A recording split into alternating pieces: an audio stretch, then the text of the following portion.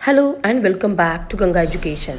On this platform, you will find quality lectures relating to the field of law, competitive examination in legal domain, important legal facts and legal history, all explained in clear and structured manner.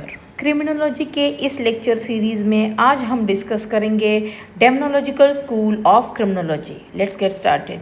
Welcome to Ganga education. ये है Ganga education जहां हम law और legal concepts को बिल्कुल simple और exam ready बनाते हैं। So let's dive right into this. कभी सोचा है कि क्राइम आखिर क्यों होता है? What exactly makes a person commit a crime? कोई इंसान लॉज तोड़ने का डिसीजन आखिर क्यों लेता है? आज हम इसी मिस्ट्री को अनरैवल करने वाले हैं और क्रिमिनोलॉजी के सबसे पुराने कॉन्सेप्ट्स को एक्सप्लोर करेंगे। सो ग्रैब योर नोटबुक्स, क्योंकि आज का ये एक्सप्लेनर इनक्रेडिबली फैसिनेटिंग होने वाला है। टू अंडरस्टैंड क्राइम, सबसे पहले हमें सोसाइटी का स्ट्रक्चर समझना पड़ेगा। Just think about this relatable analogy. जैसे बच्चों को फ्रीडम चाहिए होती है और डिसिप्लिन बिल्कुल पसंद नहीं आता, राइट?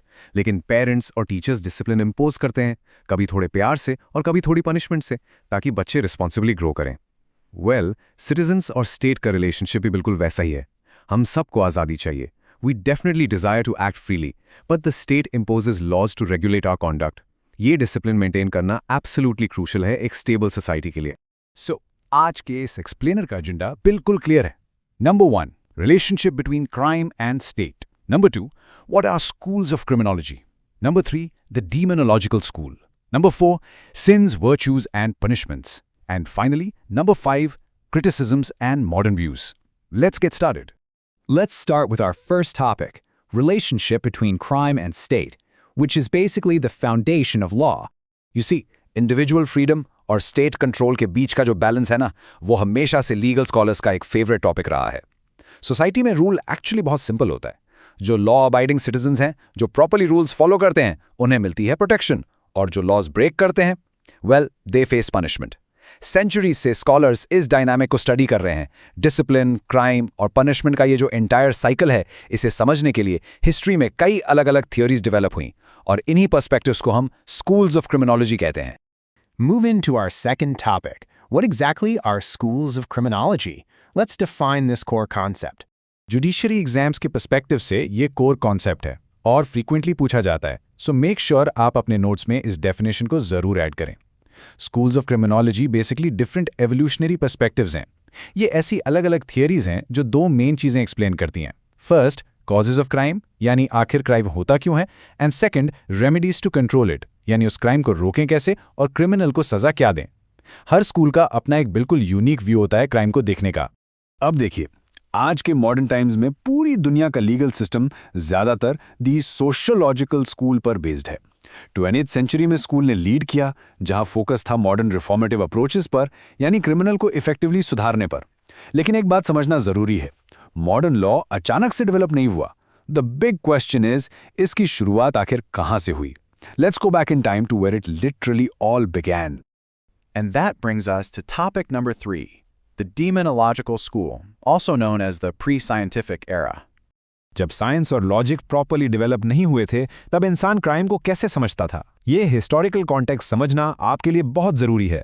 एंशिएंट टाइम्स में क्राइम को एक्सप्लेन करने का ये सबसे पहला और अर्लीस्ट तरीका था।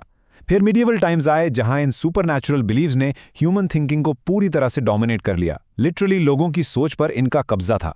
ये सब लगभग 16th सेंचुरी तक चलता रहा, जब तक कि प्री साइंटिफिक एरा का फाइनली एंड नहीं हुआ और थोड़ी रैशनल थिंकिंग शुरू नहीं हुई। जस्ट थिंक अबाउट इट, सदियों तक पूरी दुनिया यही मानती थी कि क्राइम का सीधा कनेक्शन किसी ईविल स्पिरिट से है। उस जमाने के बेसिक बिलीव्स एक्चुअली थे क्या? उनका लिटरली ये मानना था कि अगर कोई गुड मैन है तो he is inspired by God, लेकिन अगर कोई बैड मैन है, यानी कोई क्रिमिनल एक्ट करता है, तो सोसाइटी एक्टिवली मानती थी कि he is possessed by a devil, evil spirits या फिर विचक्राफ्ट।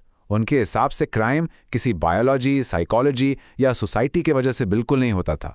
नोप, उनके लिए criminal acts were pure since caused entirely by supernatural forces.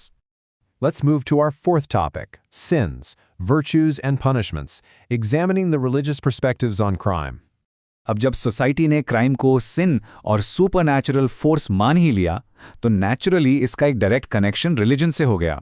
Her major religion ने क्राइम को अपने तरीके से इंटरप्रेट किया। जैसे हिंदू फिलॉसफी में ये माना जाता था कि सिंफुल एक्ट्स इंसान को नरक यानी हेल की तरफ ले जाते हैं और वर्चुअस एक्ट्स से स्वर्ग यानी हेवन मिलता है।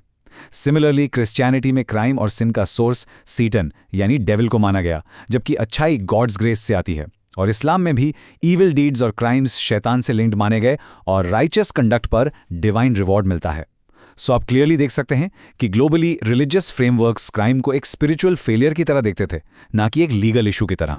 लेकिन अब यहां आती है सबसे बड़ी प्रॉब्लम। अगर क्राइम सुपरनैचुरल है तो क्या एक नॉर्मल जेल की सजा काफी होगी? उनका आंसर था बिल्कुल नहीं। Supernatural crime strictly required supernatural and ritualistic punishments. State का एम उस वक्त किसी क्रिमिनल को सुधारना नहीं था, उनका मेन एम था उस फिजिकल बॉडी के अंदर से ईविल फोर्सेस को निकाल फेंकना। And honestly this led to some of the most grim realities of human history. सजा के मेथड्स रियली बहुत ही क्रूल थे। एग्जॉर्सिज्म्स परफॉर्म किए जाते थे ईविल स्पिरिट्स को बाहर निकालने के लिए। फिजिकल प्योरिफिकेशन के नाम पर क्रिमिनल्स को लिटरली जिंदा जला दिया जाता था, पत्थर मारे जाते थे या पानी में डुबा दिया जाता था। उनका डीपली ये मानना था कि आग और पानी डायरेक्टली सोल को प्योरीफाई करते हैं। हार्श टॉर्चर्स और डेथ पेनल्टीज बहुत ही कॉमन थे, क्योंकि स्टेट का अल्टीमेट गोल बस ये था कि इन ईविल फोर्सेस को फिजिकल बॉडी से हमेशा के लिए एलिमिनेट कर दिया जाए। Now let's jump to our fifth and final topic, criticisms and modern views, where we'll look at the actual flaws of the demonological school. Judiciary exams में एक अच्छा स्कोर लाने के लिए सिर्फ हिस्ट्री का पता होना काफी नहीं है। You absolutely must critically analyse it. इस स्कूल का सबसे बड़ा क्रिटिसिज्म है the complete lack of scientific evidence.